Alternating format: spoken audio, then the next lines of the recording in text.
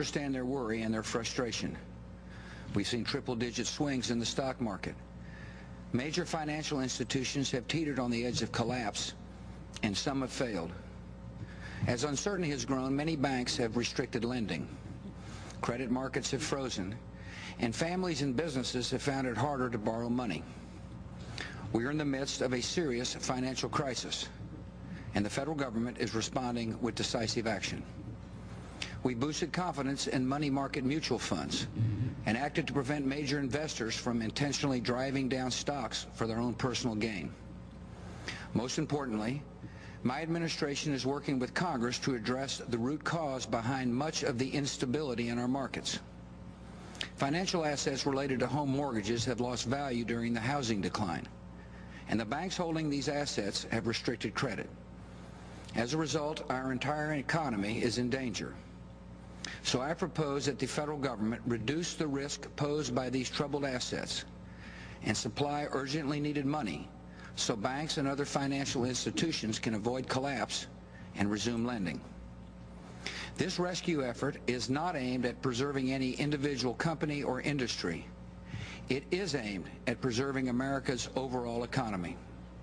It will help American consumers and businesses get credit to meet their daily needs and create jobs. And it will help send a signal to markets around the world that America's financial system is back on track. I know many Americans have questions tonight. How did we reach this point in our economy? How will the solution I propose work? And what does this mean for your financial future? These are good questions, and they deserve clear answers. First, how did our economy reach this point? Well, most economists agree that the problems we are witnessing today developed over a long period of time. For more than a decade, a massive amount of money flowed into the United States from investors abroad because our country is an attractive and secure place to do business. This large influx of money to U.S. banks and financial institutions, along with low interest rates, made it easier for Americans to get credit. These developments allowed more families to borrow money for cars and homes and college tuition, some for the first time. They allowed more entrepreneurs to get loans to start new businesses and create jobs. Unfortunately, there were also some serious negative consequences, particularly in the housing market. Easy credit combined with the faulty assumption that home values would continue to rise led to excesses and bad decisions. Many mortgage lenders approved loans for borrowers without carefully examining their ability to pay. Many borrowers took out loans larger than they could afford, assuming that they could sell or refinance their homes at a higher price later on.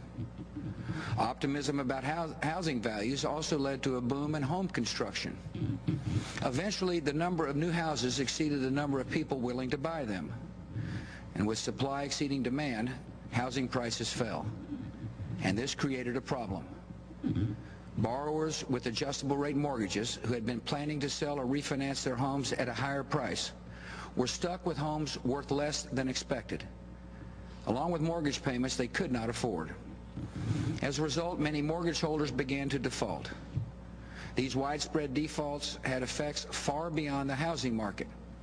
See, in today's mortgage industry, home loans are often packaged together and converted into financial products called mortgage-backed securities.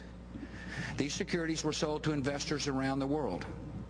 Many investors assumed these securities were trustworthy and asked few questions about their actual value. Two of the leading purchasers of mortgage-backed securities were Fannie Mae and Freddie Mac. Because these companies were chartered by Congress, many believed they were guaranteed by the federal government. This allowed them to borrow enormous sums of money, fuel the market for questionable investments, and put our financial system at risk. The decline in the housing market set off a domino effect across our economy. When home values declined, borrowers defaulted on their mortgages, and investors holding mortgage-backed securities began to incur serious losses. Before long, these securities became so unreliable that they were not being bought or sold. Investment banks such as Bear Stearns and Lehman Brothers found themselves saddled with large amounts of assets they could not sell. They ran out of money needed to meet their immediate obligations, and they faced imminent collapse. Other banks found themselves in severe financial trouble. These banks began holding on to their money, and lending dried up, and the gears of the American financial system began grinding to a halt. With the situation becoming more precarious by the day, I faced a choice: to step in with dramatic government action, or to stand back and allow the irresponsible actions of some to undermine the financial security of all.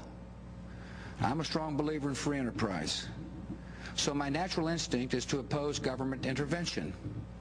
I believe companies that make bad decisions should be allowed to go out of business. Under normal circumstances, I would have followed this course. But these are not normal circumstances. The market is not functioning properly. There has been a widespread loss of confidence, and major sectors of America's financial system are at risk of shutting down. The government's top economic experts warn that without immediate action by Congress, America could slip into a financial panic, and a distressing scenario would unfold. More banks could fail, including some in your community. The stock market would drop even more, which would reduce the value of your retirement account. The value of your home could plummet. Foreclosures would rise dramatically. And if you own a business or a farm, you would find it harder and more expensive to get credit. More businesses would close their doors, and millions of Americans could lose their jobs.